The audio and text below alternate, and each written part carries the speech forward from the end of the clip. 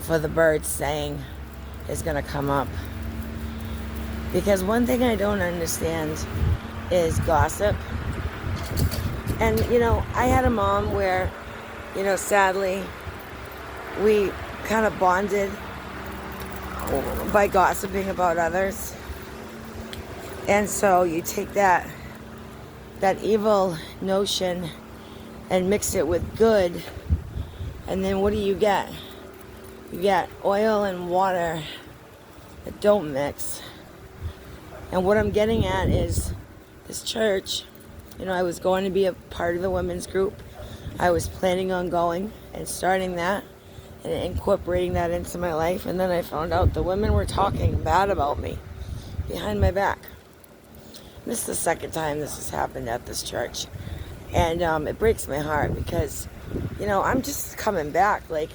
And at the end of the day, I'm getting out of a really, violent, volatile relationship that left my back injured.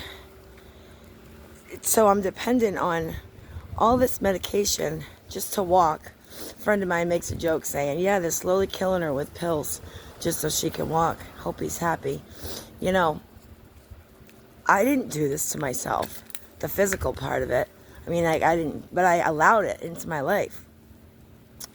And so I haven't been back to church because I'm not going to allow that type of stuff into my life. I did bring it to the pastor's attention, because if these people follow the Bible, and if anybody knows that when a member of the congregation is offended by another member, it gets brought in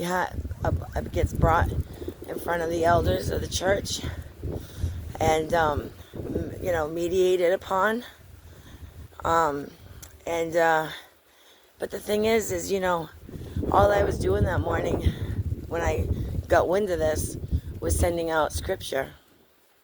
And then I received a screenshot of another girl saying that I worship the flesh of man or something like that. I'm going to be real with you guys. I'm celibate, okay? That's number one, regardless of what anybody might think. And number two, just because I brought a guy to church a couple times doesn't mean I worship the flesh of man. Just because I'm a little bit loud and I used to be on that worship team and I sing a little bit loud doesn't mean I'm in competition with them. There is no competition in God's house. We're all one and the same. We're all part of the collective. We're all cut from the same cloth, at the end of the day. Sure, the world's starting to split right now, more so. And people, you're starting to see how the blind lead the blind. But, the meek shall inherit the earth. And at the end of the day, gossip talk is cheap. And gossip is not, it's frowned upon. Because at the end of the day, I'll say it again, it makes the person feel sad. God doesn't want us to feel sad.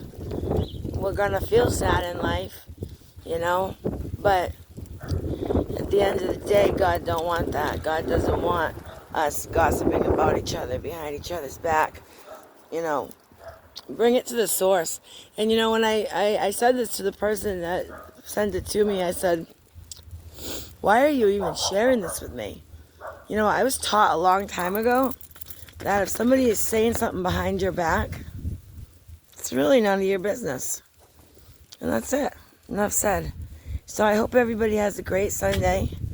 Again, remember, when you're offended by somebody, you gotta ask yourself why you're offended too. I just choose to just stop going and just avoid confrontation, avoid the whole thing. That's just where I'm at. That's my survival. That's my level that I'm at. I know my relationship with the Father, and I don't need to explain it to anybody, nor do I need to defend it. So I made that choice.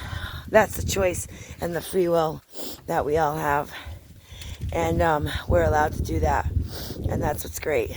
But always remember, I don't know if anyone's seen that picture of the Last Judgment, It depicts it perfectly.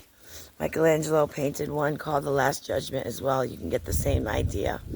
Just take a look at the details. God bless. My 5-minute sermon is over. Give thanks. See? Give thanks. Bye.